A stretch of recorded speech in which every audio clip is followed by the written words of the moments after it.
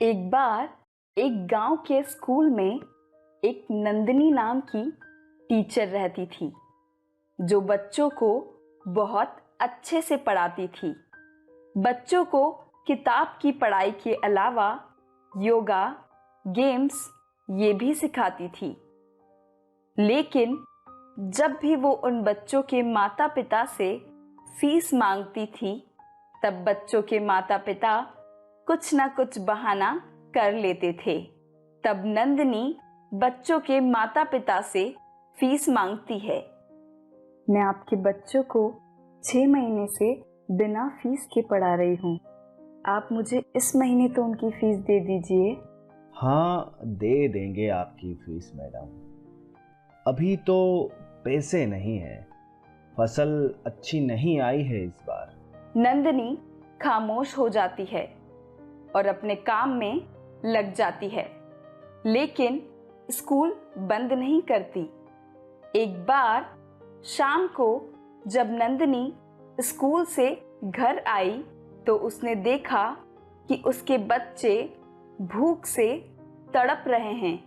उसका पति बीमार है, दवाई भी नहीं है। माँ, बहुत भूख लगी है, कुछ खाने को दे दो। हाँ बेटा, रो मत, मैं अभी कुछ खाने के लिए लेकर आती हूँ। ऐसा कहकर नंदिनी बनिए की दुकान पर गई और कहा, भैया जी, मुझे थोड़ा सा राशन उधार दे दीजिए, मेरे बच्चे बहुत भूखे हैं। लेकिन उसने राशन देने से मना कर दिया। नंदिनी ने बहुत मिन्नतें की, लेकिन वो नहीं माना और कहने लगा कि नंदिनी बहन, पहले ही इतना उधार है तुम पर, ना जाने कब स्कूल के बच्चे तुम्हें पैसे देंगे और तुम मेरा उधार चुकाओगी।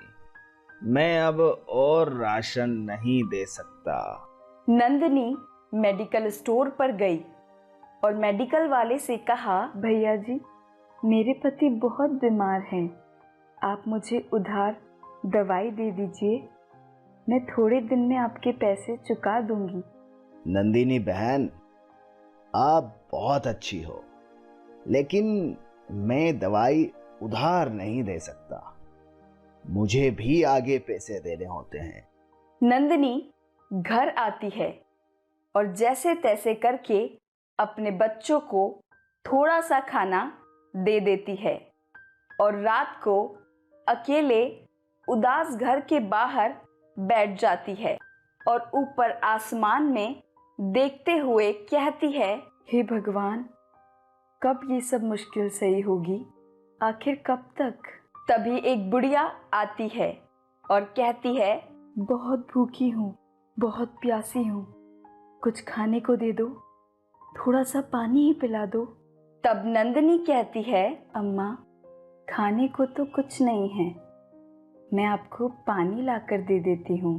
तब अम्मा कहती है, जो तुमने कल की बासी रोटी अपने लिए बचा कर रखी है वो ही लाकर मुझे दे दो। लेकिन आपको कैसे पता?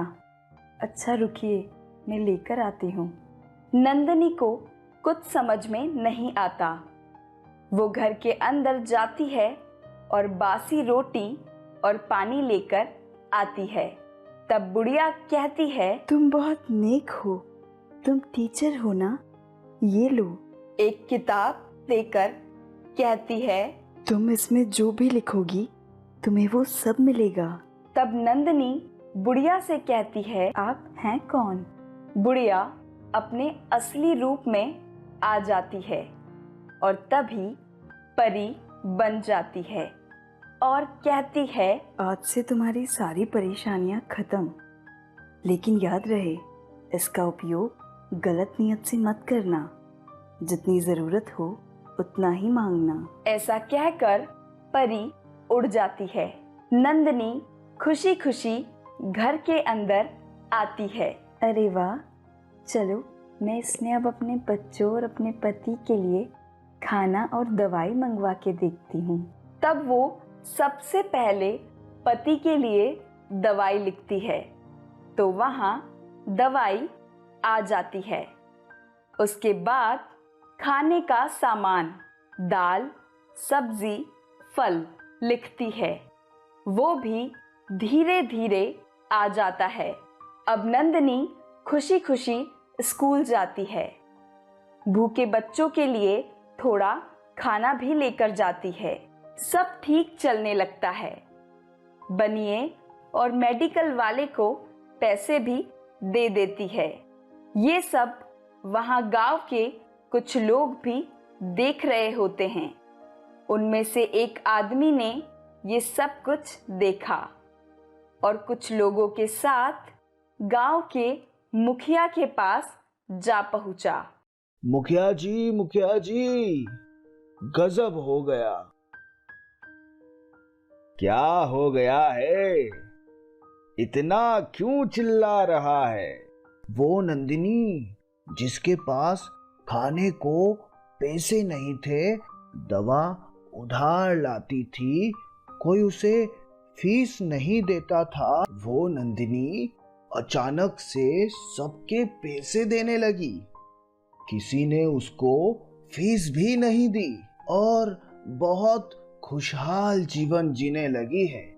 मुझे तो लगता है मुखिया जी, जरूर कोई गड़बड़ है। जब ये बात मुखिया को पता चलती है कि कल तक दुखी नंदनी बीमार पति और भूखे बच्चों के लिए दवाई और खाना नहीं ला सकती थी, वो अचानक से कैसे बदल गई।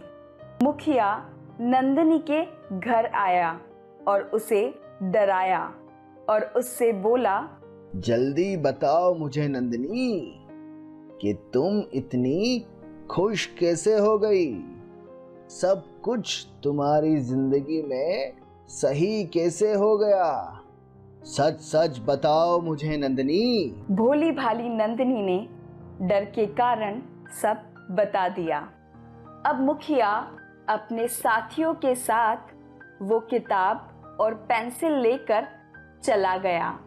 मुखिया ने जंगल जाकर किताब खोली और लिखा, सोना दे दो।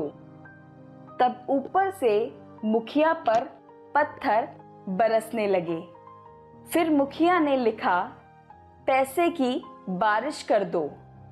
तब मुखिया के ऊपर पानी बरस गया। तब मुखिया ने सोचा कि ये किताब में कोई जादू नहीं है। उसने किताब को जलाने की कोशिश करी, लेकिन कुछ ना कर सका। किताब जैसी थी वैसी ही रह गई।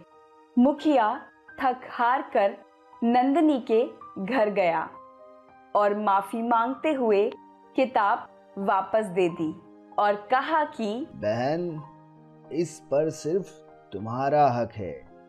तुम नेक और सच्ची हो।